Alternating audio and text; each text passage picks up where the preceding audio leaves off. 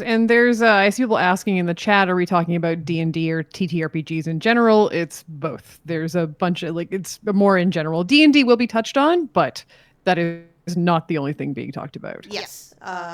So just a note on content before we go any further. Efforts have been made to spotlight tabletop games with a PG-13 or milder content. However, game content is often situational, depends on the game master and players. We encourage curious potential players to research games of interest for potentially challenging content and have open conversations with their gaming groups about appropriate subject matter and themes. For further reading on tabletop role-playing game support tools, I would strongly recommend you go to the TTRPGsafetytoolkit.com. It has a lot of discussion about tabletop safety tools and discussions about ways to make a safer environment for everyone at the table.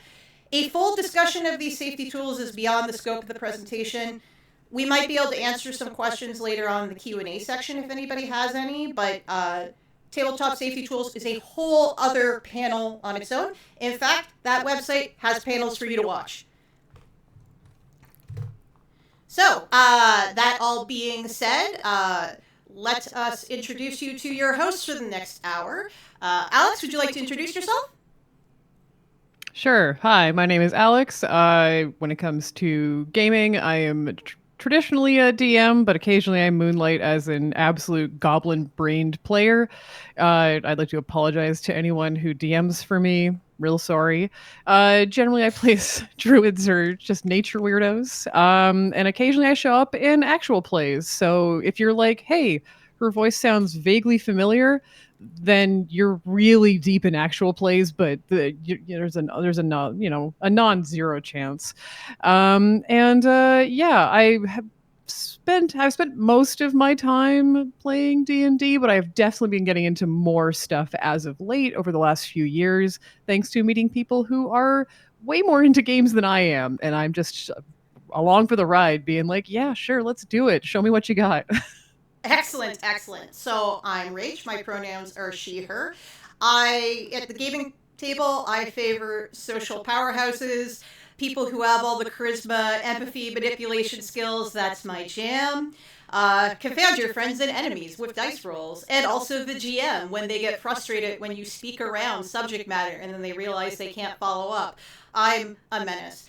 I am a former tabletop role-playing game podcaster. I used to be one of the co-hosts of Plus One Forward, the podcast powered by the Apocalypse. I also spent a little bit of time on the Gauntlet podcast many years ago. I am also a former TTRPG convention organizer who worked in the Toronto area in the late 2010s. So if you were in Toronto and were involved in tabletop role-playing, you may have met me before. If you're like, why do either of these voices sound familiar? There's a reason. It haunts your dreams. Yes. So let's start off with what an OC is, or an original character. So an OC is an original character.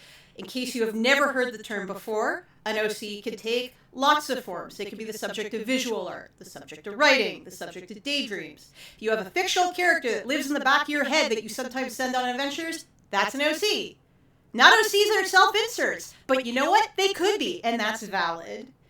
They are a net good for society. An OC did not write this statement. Who handed the keyboard over? Yeah, I think that I feel like there's like the feeling that like if you have an OC, it's automatically a self-insert. I've definitely heard that before, and that's not true.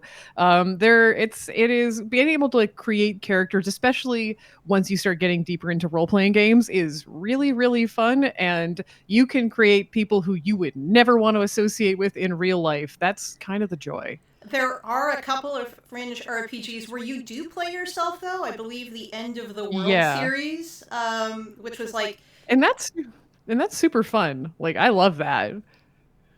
I think someone's like, sorry. I was gonna say like that those character gen for that is you are you. What are you good at? What's with you right now? That's what you got. The world's gonna end.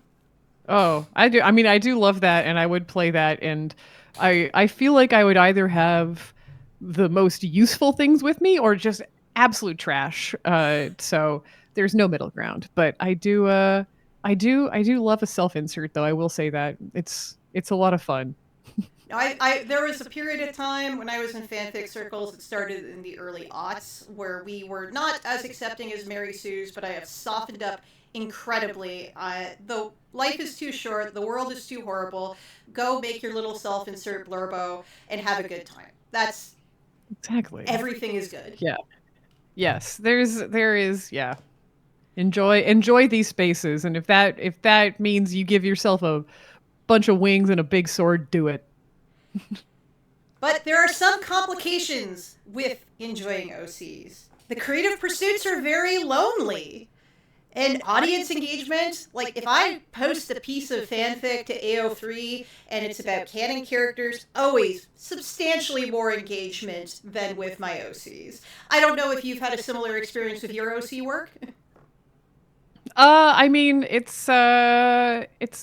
I feel like when like yeah, OC stuff's always gonna have that uphill battle of like if you in fandoms of just that thing of like people being like, I don't know who this is, so why should I care? And that can be kind of tough. I feel like I live kind of in a weird spot in that like my at least one character I have made has been very public. So it's I don't know. I'm living in a liminal space here when it comes to my OCs.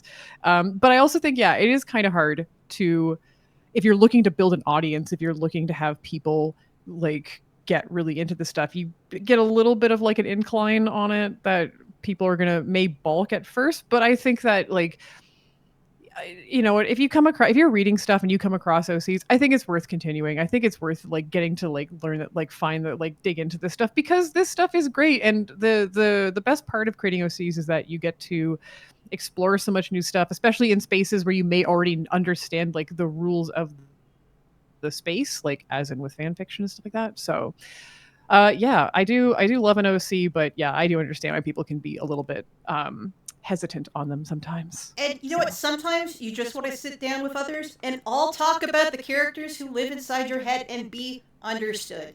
So, allow us to present a solution to this problem. How do you share your OC with more people and have more people to talk to about your OC? You're going to send your OC to Tabletop Role-Playing Game Camp. Come on, kids, get on the bus. We're all going to go start playing role-playing games. Yes, send your OC to camp. They can learn communication skills. They can make new friends. They can make mistakes and find solutions. Have new adventures. Discover new personality aspects.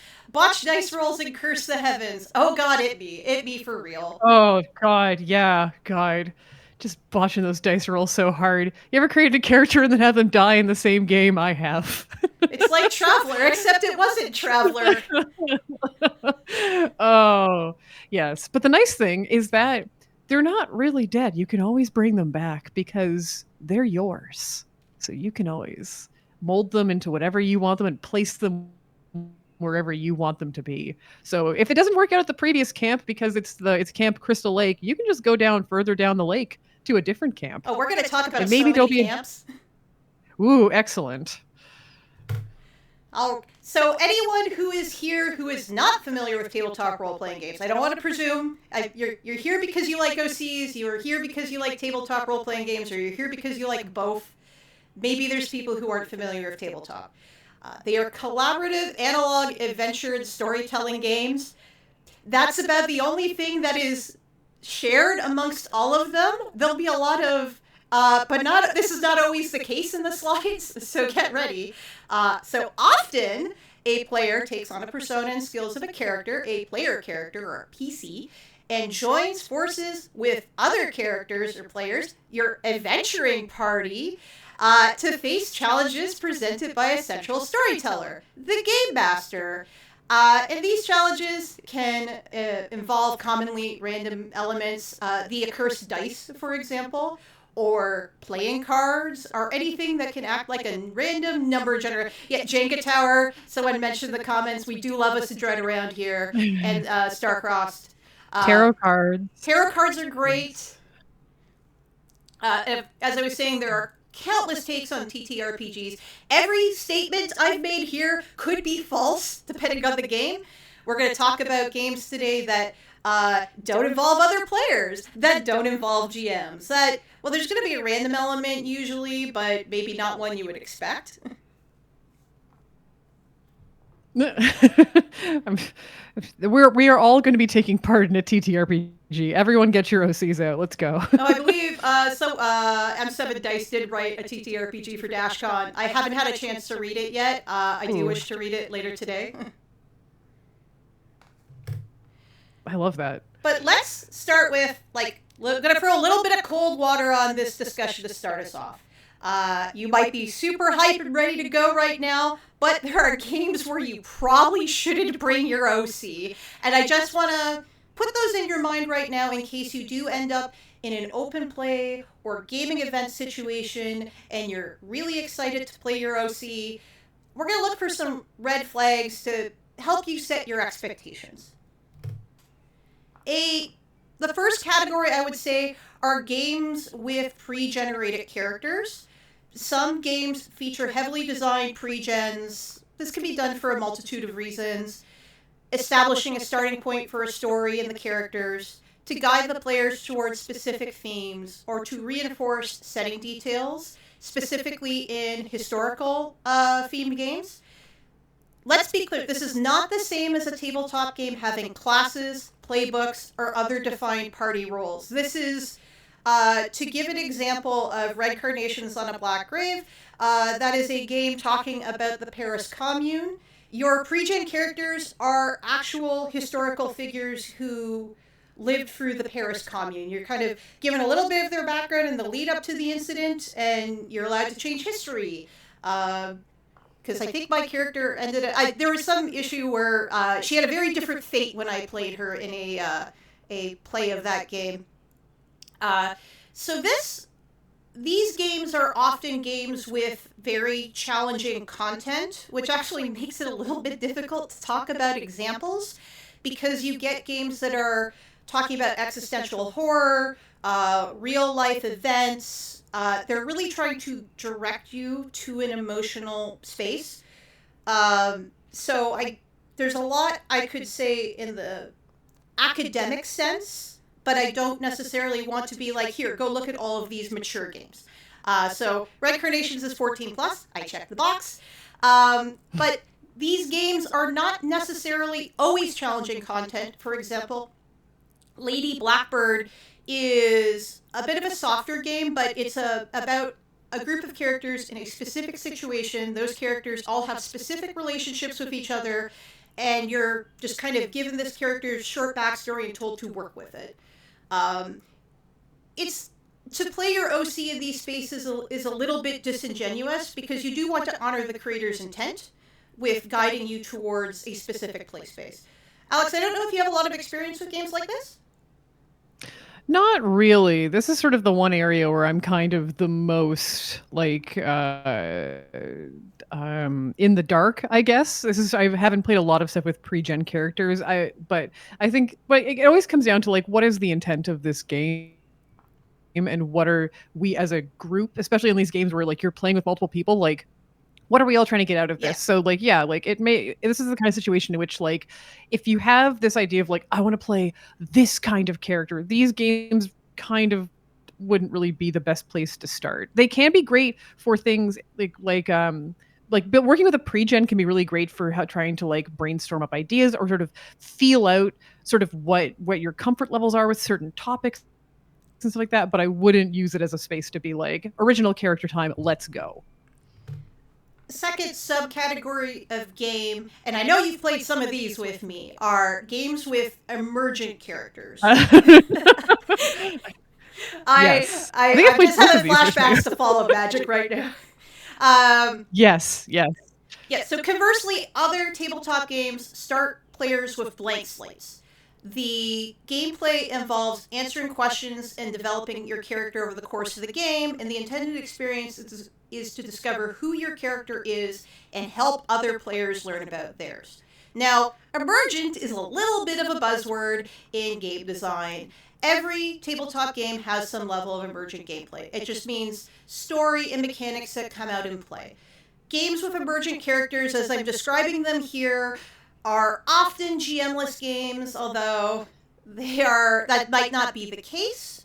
For example, for the queen is a deck of cards, and you are a group of people escorting the queen, and it's asking questions of why are you here? What's your feelings about the queen? What's your feelings about the situation? And then it has an end goal, but you are meant to come in with no character defined. Fall of Magic is a giant map scroll in which each location has different question prompts or statements that you have to engage with, but the idea is your character is a name and a title, and that's it, and you're going to figure out who your character is over the course of the game. And I think this kind of stuff is really great again for like building on stuff that you're already creating to like just like keep the creative juices flowing kind of thing. But yeah, again, these kinds of games. I have actually played these ones. Really just need you to go in kind of blank slate and not prepared to go in and be like, oh, I got this great idea. Well, let's go to another game. Yeah. The point of the game is you're all going to have a great idea together and have a good time, or feel really sad in the case of Fall of Magic, especially when you get to the side of the map that's not shown for spoilers, because things get really trippy over there. So the last type of game where you probably shouldn't bring your OC is games of playtesting. A game of playtesting is a game in development that has been formally released. You are playing a beta version. You usually encounter playtesting games at conventions, meetups, or open calls where a game developer says, would you like to play this game I'm working on? The reason I wouldn't bring your OC to this is the purpose of playtesting is for players to test the game and provide feedback to the creator. The focus is the game and playing around with the mechanics. So trying to immerse yourself in an OC in a playtest is going to be less fun for you and less fun for the designer and possibly frustrating for both of you. I don't have any specific example. My example is ask your friend what tabletop role-playing game they're working on right now. That's an example of game and playtesting. I've actually been... Sorry?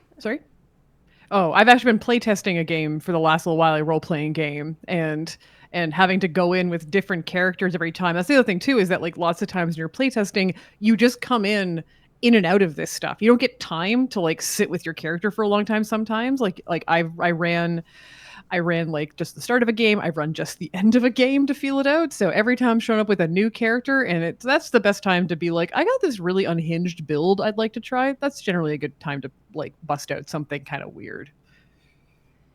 Metatopia is a game design convention I put the logo on. There was Proto-TO locally in Toronto, but they were more board game focused. They were leaning a little bit into tabletop playtesting.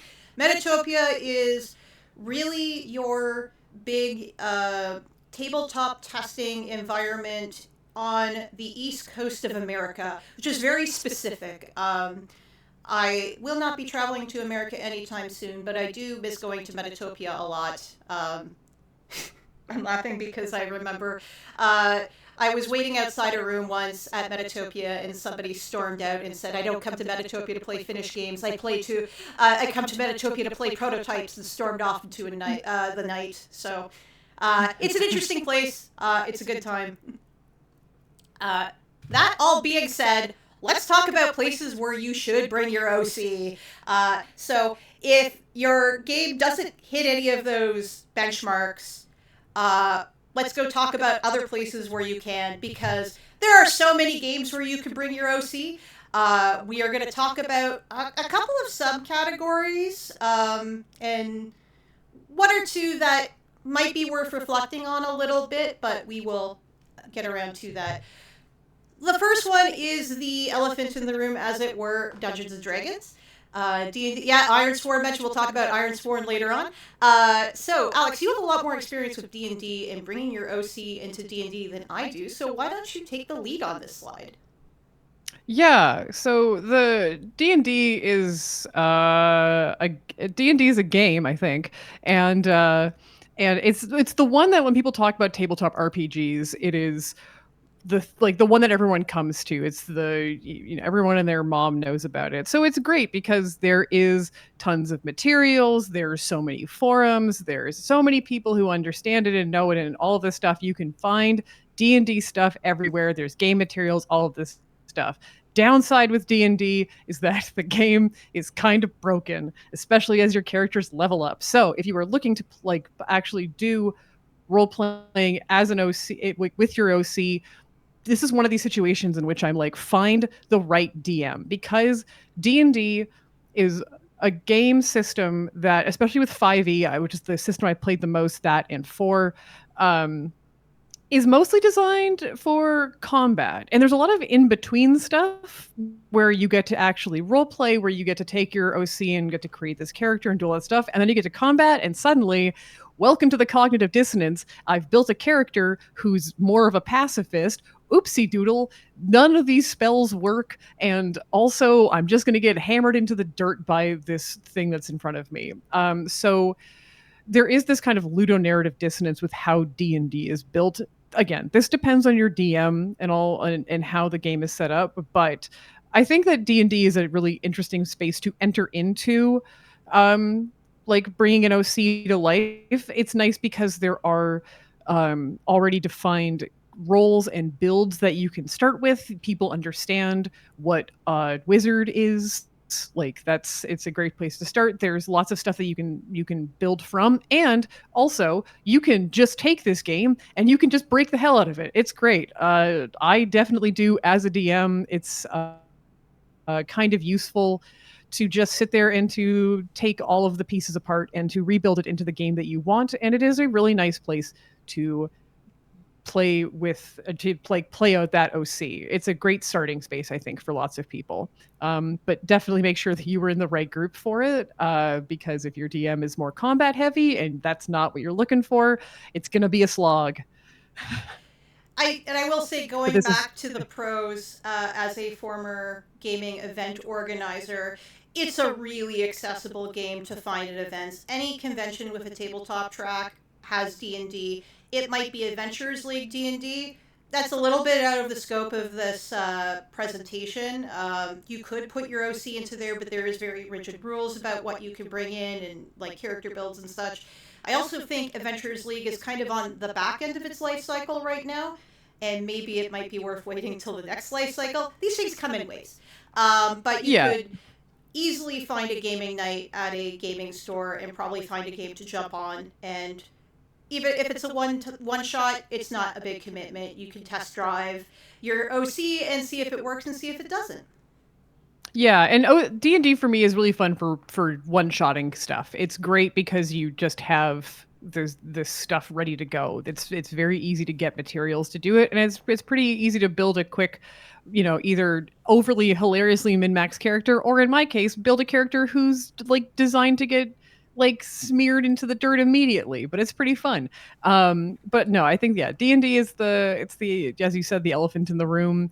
I think that it is an interesting place to start, but it is inherently kind of broken. So, if depending on what your needs are, you might want to look at a different system, but it can be really good for inspiration. So to take a step in a completely different direction, let's talk about journaling and solo TTRPGs.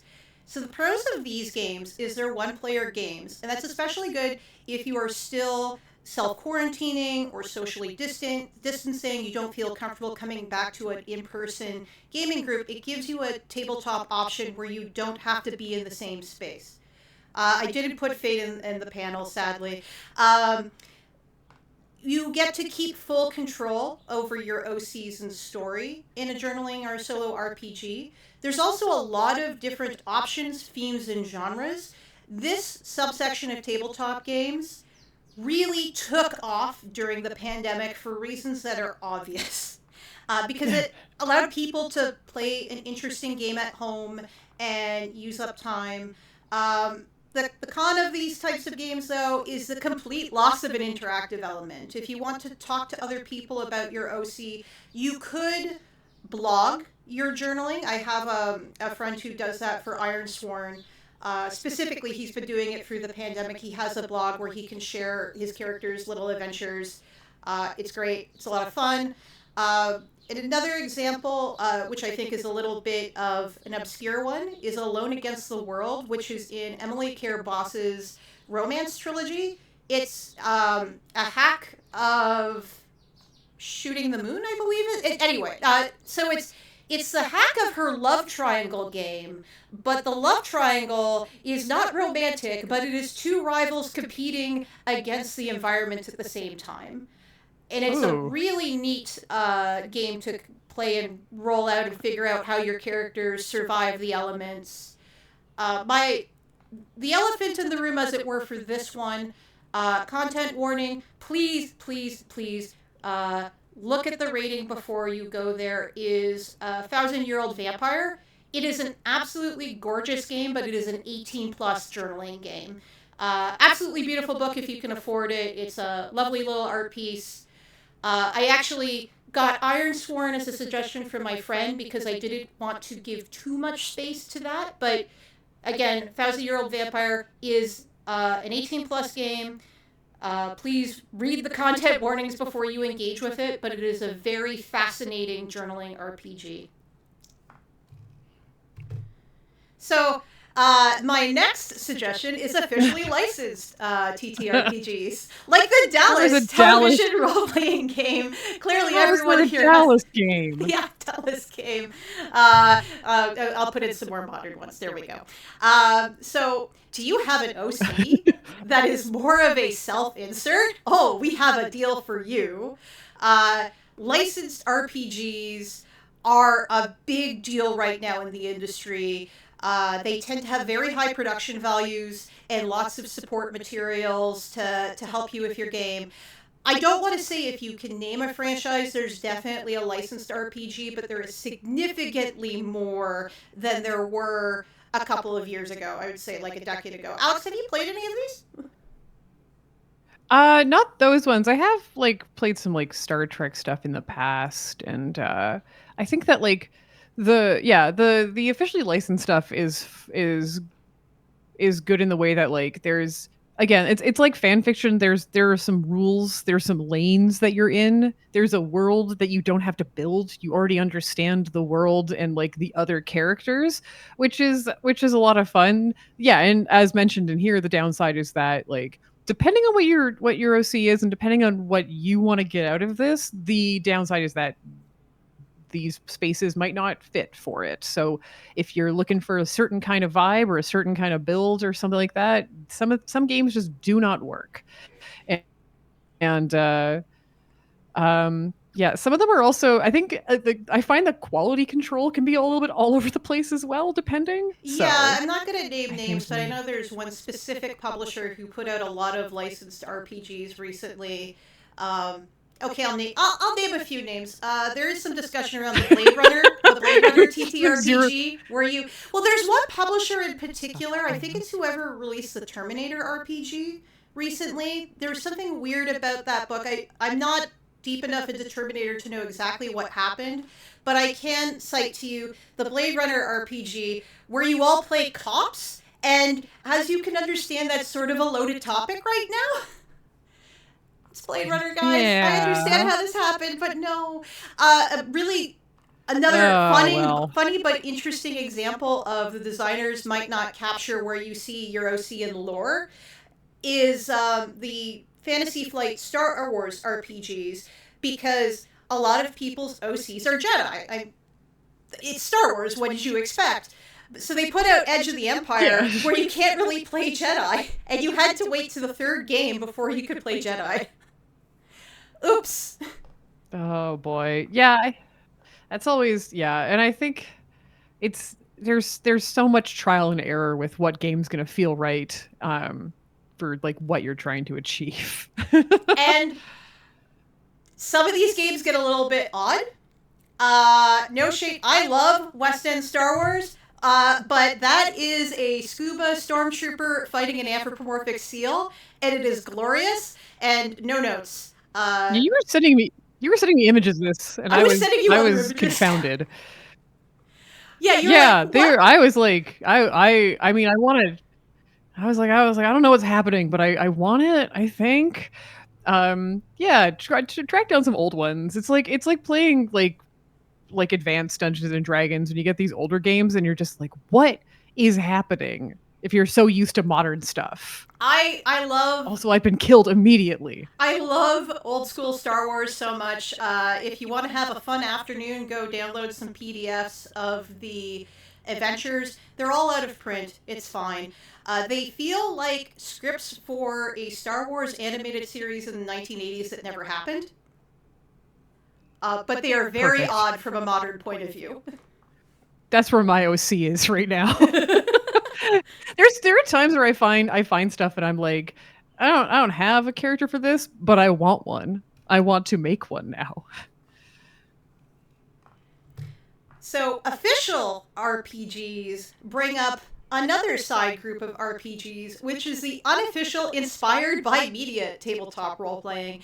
I did see Itch mention in the comments. You can go to Itch and probably find tabletop role playing games inspired by any fandom that you're part of. So, do you have an OC that's more of a self insert? You have other options that are not necessarily giving money back to the rights holders.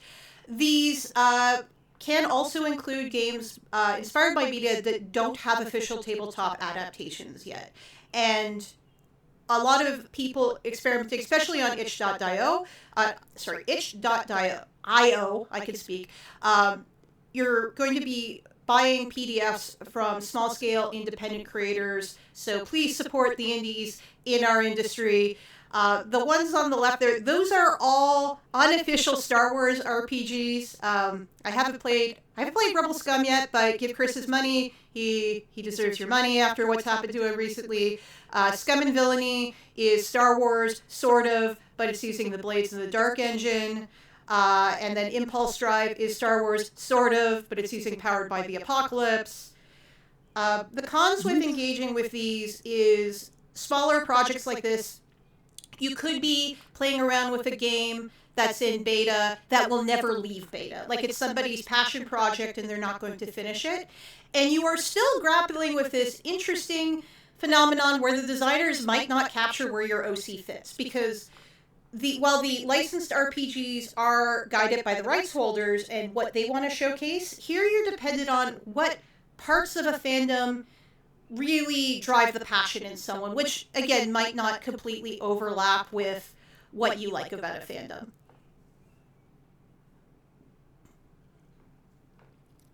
Did you have any thoughts to add in, Alex?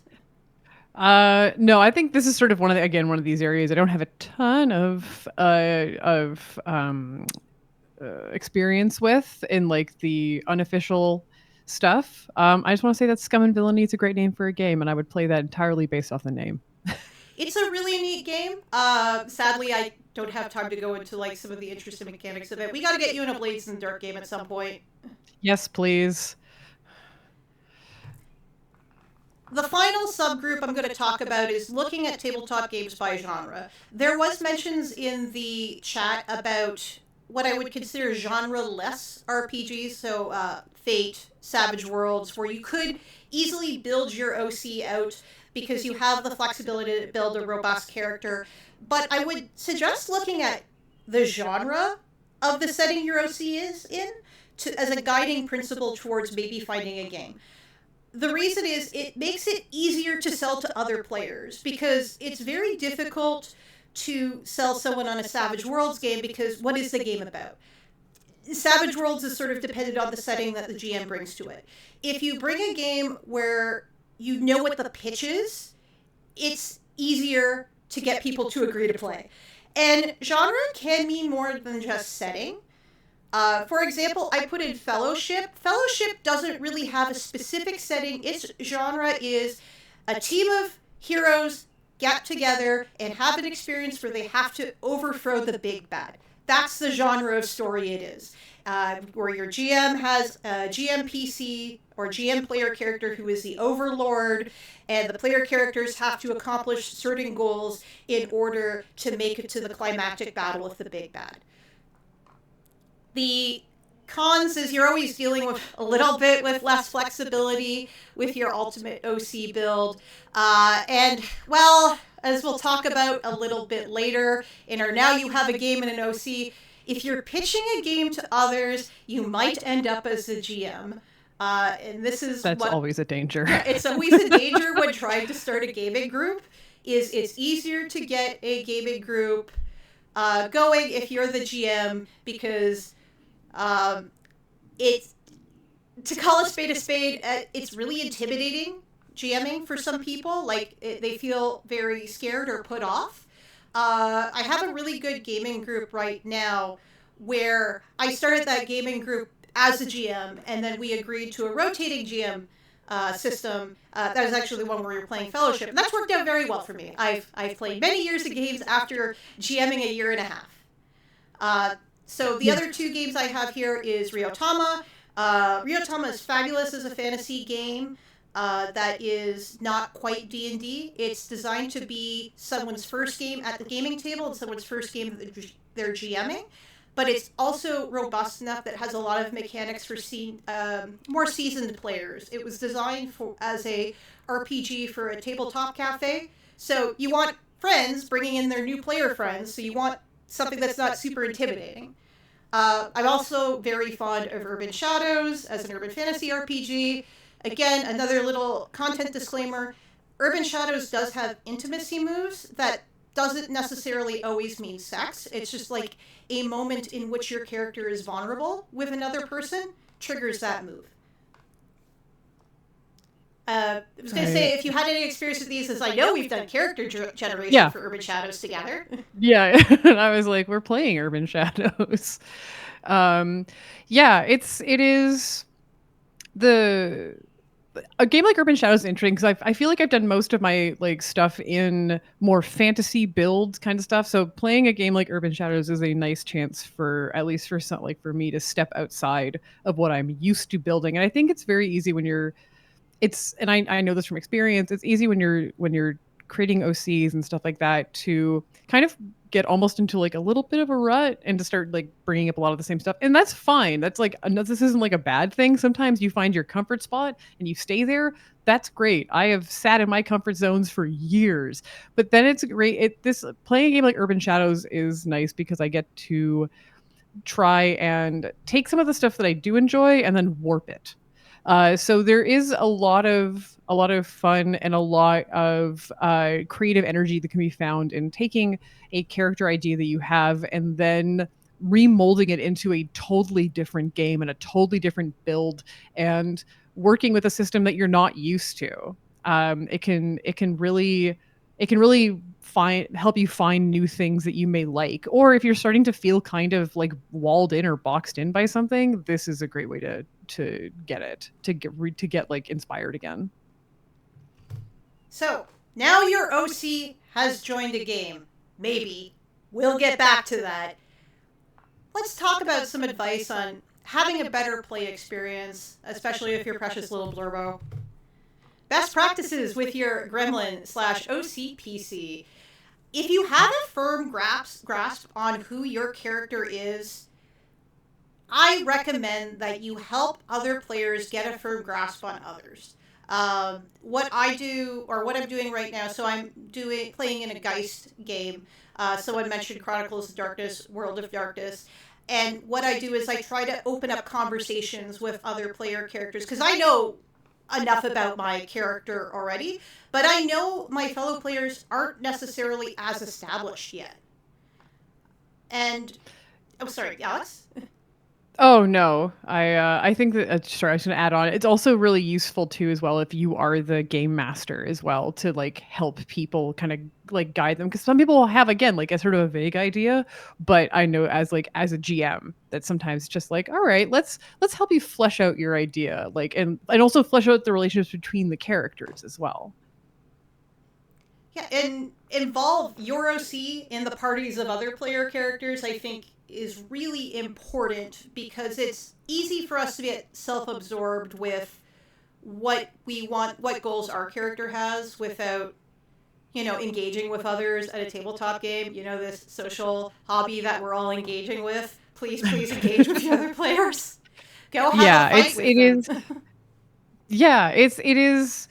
You can get it's very it's part of the one of the best parts of it in this I find is that you get the chance to tell a story with other people. Is that you're getting to grow and build your character alongside others and helping them grow and build theirs. If you're focusing too inwards, then it just you might find yourself at a point where you're like, why am I not having fun anymore? And the answer is because there's other people there, and getting those interactions is like a big part of getting to do these like group stuff. It's a lot of fun, and and yeah, you can really grow your character that way.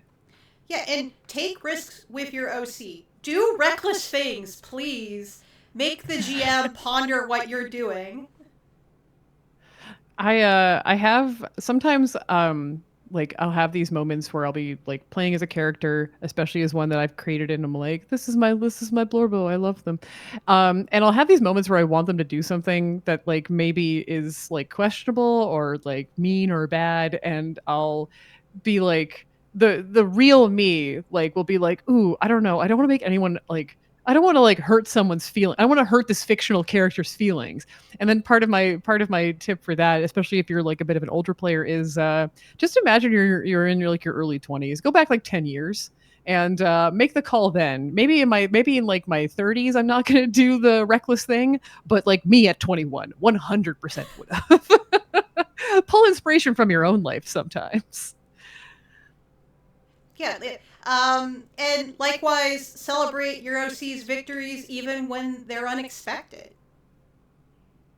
I will go a little bit more to this in the next slide, but I have character traits that I have learned about my characters because of odd dice rolls I would normally not expect to do, but the GM opened up, hey, does anyone want to roll on this? And I go, okay, what's the worst that can happen? Yeah, there's like, I know there's rule of cool. I also as a GM will use rule of drool, which is like if an idea sounds so bad, like so terrible that I just really want to know what's going to happen, I allow for it. I'm like, yeah, do it. I want to see what's going to happen. I did have a It's GM. worth it. I was gonna say I did have a GM like call me out saying, "Do you really want to do this? Because this is your guys. It's like you'll trigger your little NPC friend, and it will be a big mess. So do you want to do that? It's okay to say no." Yeah, yeah, but it is the best part of having fictional characters is that you can kind of get them to do whatever. Like, they'll be fine. I can bring them back. I'll find a way. Just do character gen in another game. All you did was remove one vowel from this character's name. Yep. There is also this interesting risk that, oh no, your OC is not your final PC for the campaign you helped set up. This sometimes happens. It happens for a couple of reasons. Game mechanics, even character gen game mechanics where you see all the options on the table, you might go in saying, I'm going to really play this specific character, and then you look at the options on your table and go, yes, but however, what if I played a paladin instead of a wizard? What if? There is always that moment where you're just like, it's you come in with an idea and you're like, this is who I want to play, this is who I want to be, and then you sort of start getting into the system and you're like, or start sort of setting up a character and you're like, okay, but there's like a little something inside me, this little like nagging doubt, what if I did something different? And I am a chaos demon, and I am very much in the camp of do it, try it. It's a lot of fun. And again, these are great ways to sort of find out like more about yourself. Maybe you came in and you were like, I will be playing Bartleby the Wizard, and have all these ideas. And then by the end of character gen, you're like, I am playing like a paladin named like Begonia. Here we are. It's an entirely new build. This is fine. This is good. And it is, experiment with this stuff. If you go in like a little bit too locked in, sometimes it can be hard and you can get frustrated with like, oh, this doesn't work, this doesn't feel right, it's not fitting in with the game, etc., etc. Sometimes it's the game, but sometimes you just got to be a little bit flexible and you might find something that you love. Like I used to play a lot of builds that were much more like combat focused. I used to play a lot more stuff. Then I started really focusing on magic builds, and now I'm here playing druids till I die. So I was going back to the Urban Shadows game. I decided to go in with the intent of building a new OC from the ground up and having them combat focused because I don't normally do that for. Long story short, I used to do a lot of gaming events in the 2010s, and I found nerds really like two types of characters, ones who can think really good and ones who can punch really good, which resulted in me becoming the person who played characters who talk really good. So I don't really get a lot of opportunities to play combat characters. So I'm using this game as a challenge to play someone unlike any of my charismatic OCs who is this might not explains be. why you have so many swords. I have so many weapons. It's great. It's not just swords. There's a chain and a pistol. I love it so much. Um, Going back to things that can happen in play, dice rolls in play can cause you to discover unexpected traits and quirks about your OC. So my OC Valberg, who is drinking coffee right from the carafe because his life's on fire, we ended up discovering that he is a very well-read individual, much to the shock of both of his parents, because of a dice roll. Because it was like, oh, here's a quote, and I was like, sure, I'll roll on this. And I scored very high, like a critical success. The GM's like, okay, but why did you get a critical success? And I went, I've never actually thought about the books this man reads. He's kind of an OC shared with my partner. I don't think my partner has ever thought about the books that he reads, which has resulted in like a whole sidebar to this character that had not been explored so far, and has changed his characterization a little bit. Yeah. I mean, on the topic of like having that happen with my main like D&D build, I'd started out being like, okay, like I'm gonna run her a bit more of like a not a pacifist, but definitely someone who's like not experienced in fighting. But then the problem is, it's like we come back to the issue of D&D's combat focused. So and like there's no point in adding a lot of spells in most games that are things like I don't know, talk to plants. I'm like, I love the idea of it, but I need to have most of my spells be blow up someone's head. So like, or else I'm going to get flattened in the next combat. So once once I started getting into combat and having to like rationalize why my character had the ability to just lay out anyone in front of me, it was really fun to sort of think about like, okay, but why is she strong? Because I had actually built a pretty beefy character hilariously as someone who is like, well, she's not very good at fighting, and I was like, well, she's also got like almost the most hit points and also can every single spell is an area of effect spell, so I will be destroying the battlefield, excuse me. So it's great to have those questions be asked and to have them like change, because it changed how I talked about her and it changed how I thought about her, and but frankly, as far as I'm concerned, for the better. And going back to the idea of thoughtful questions, a GM says, oh no, what if you've become the GM on accident? Which, much like your OC doesn't become your final PC, becoming the GM on accident sometimes happens. There are some things you can do to help with this experience. Um, I As you can see, there's a piece of art there for Ryotama. That is a game designed for newer GMs. And shh, big secret, everyone. You can put your OC as the GM PC. You have to do it as part of your game. Your OC will be there. It's great. Uh, Go ahead, I love Alice. that. Oh no, nothing. I was just laughing. Oh yeah, like when I used to run Ryotama at conventions, one of my most beloved OCs was also my Ryotama GM OC PC. It was great. I don't think one or two people caught on what was going on. Um, Ways that you can help though is to establish a rotating GM system so you can eventually go play your OC. There is the trope of the forever GM in tabletop gaming, like once you become a GM, you can never leave. There are things you can do to fix that by saying, okay, I'm going to run this campaign. Is there anyone who has a game that they really want to bring to the table? And especially if you're forming a new group and you develop that trust and encouragement of each other, that helps make space for you to go back and play.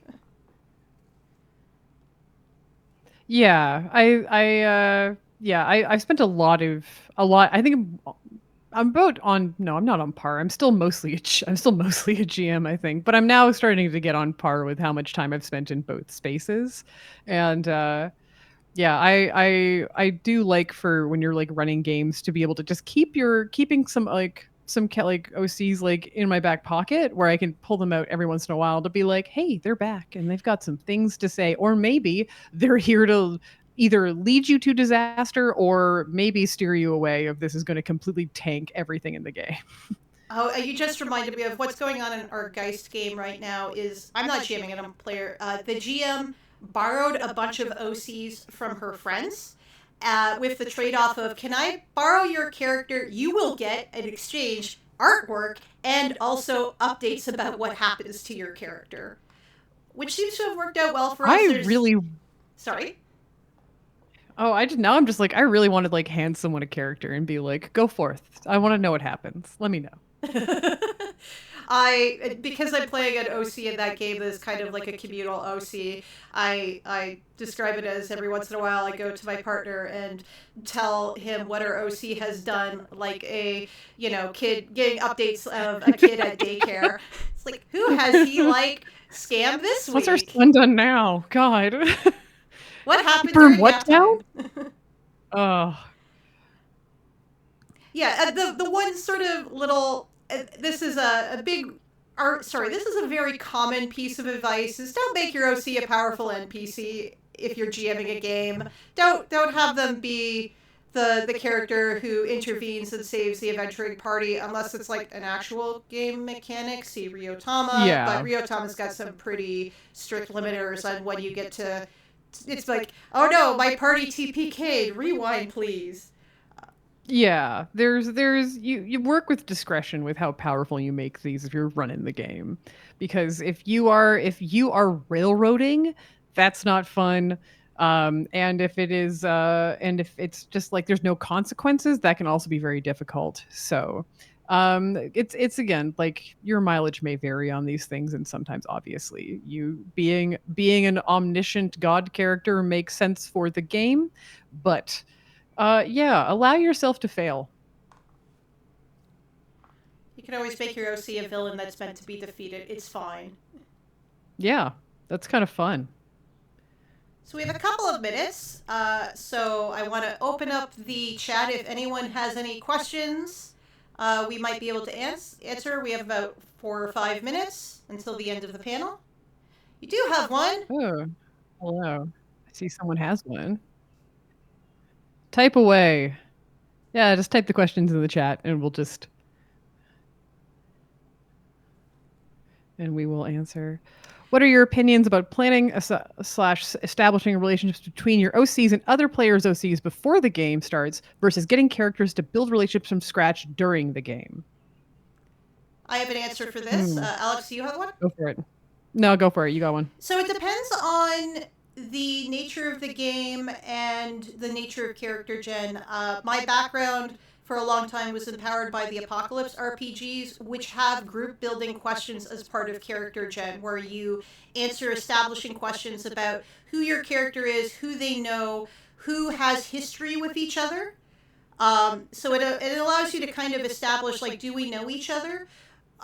With the Chronicles of Darkness game we're playing now, we kind of went in with the idea that nobody knows each other, but they're all trying to navigate this. And, well, my character, well, I'll be honest, in that game, I took the initiative and said, my character is establishing a truce, and we're going to start from there. We are all now an adventuring party, just to give us a loose framework of why we're together, although building the relationships from that point has been an ongoing discussion. Yeah, I think that it really depends on the game, but I'm just going to jump over to another question, which is how do you go about moving a character you made during a game as a villain into an OC? I love my evil man. I love an evil character. I think the biggest thing if you're trying to like shift, at least for me, when you're moving a character, like a villain into something else, is really think about that backstory. There's a there why are they a villain, and how can this be possibly remedied, maybe heightened. It's there's a lot of space to play with it, and I think the big thing is understanding, like, but why are they a villain, because that's probably going to come up. Ooh, and I do like your evil man. I That is just a saw the very good picture. evil man. My OC Valberg is a evil man. When playing him as an OC, I did have a conversation with the other players saying this man is kind of scummy, but my general rules of engagement is I will not be scummy or destructive to other party members, but I will happily be Mm. scummy on your behalf.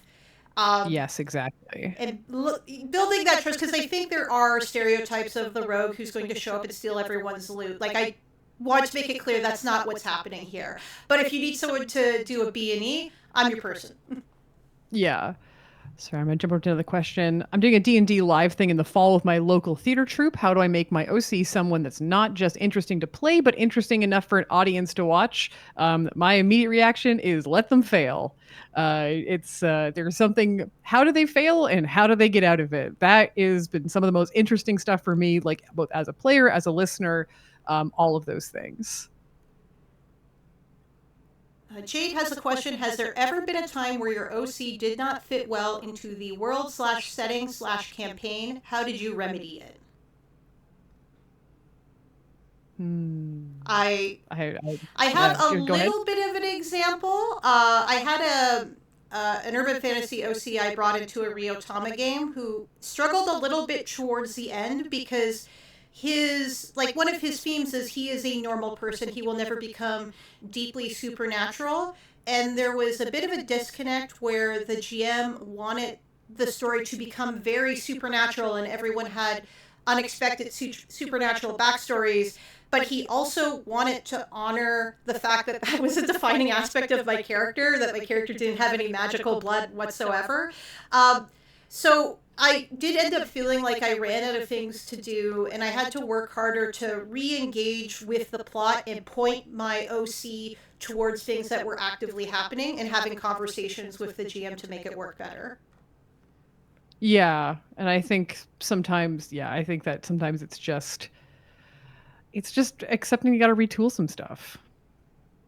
The Blue Spirit asks, how do you deal with managing emotional attachment to your OCs? Oh, I mean, part of it is just part of it for me is the knowledge that, like, if something happens to them, if the game doesn't work out, if like if whatever, like, the character gets killed off or whatever, they're mine. They're mine, and I can bring them back in another game. I know that I can write about them. I can put them into another piece of media or whatever. They're my character, therefore I get to do with them what I want. And it's hard when you've been, like, especially in, like, deep in a campaign, and you maybe, like, get killed off or something, or the game falls apart. But in the end, the thing that, like, sort of sticks in my brain is they are mine, and I get to do whatever I want with them in the end. And if that means just sitting there writing a story, that's okay. I can bring them back later. See, I'm a bad person and I like hurt comfort, so I'm delighted when bad things happen to my OCs. I like that rush. It's a little bit addictive. I like it to an extent, but then I also am just like, no, it's mine. I will take my ball and go home. Goodbye, everyone. There was a question earlier about will this content be posted anywhere. So all of the presentations will be put on YouTube later. So if you want to go through the slides and double check the name of a game, or I do have a list of them on the final slide of games that I have featured in images, but not necessarily ones we have talked about spontaneously. So you can go screenshot it once that YouTube vid is up.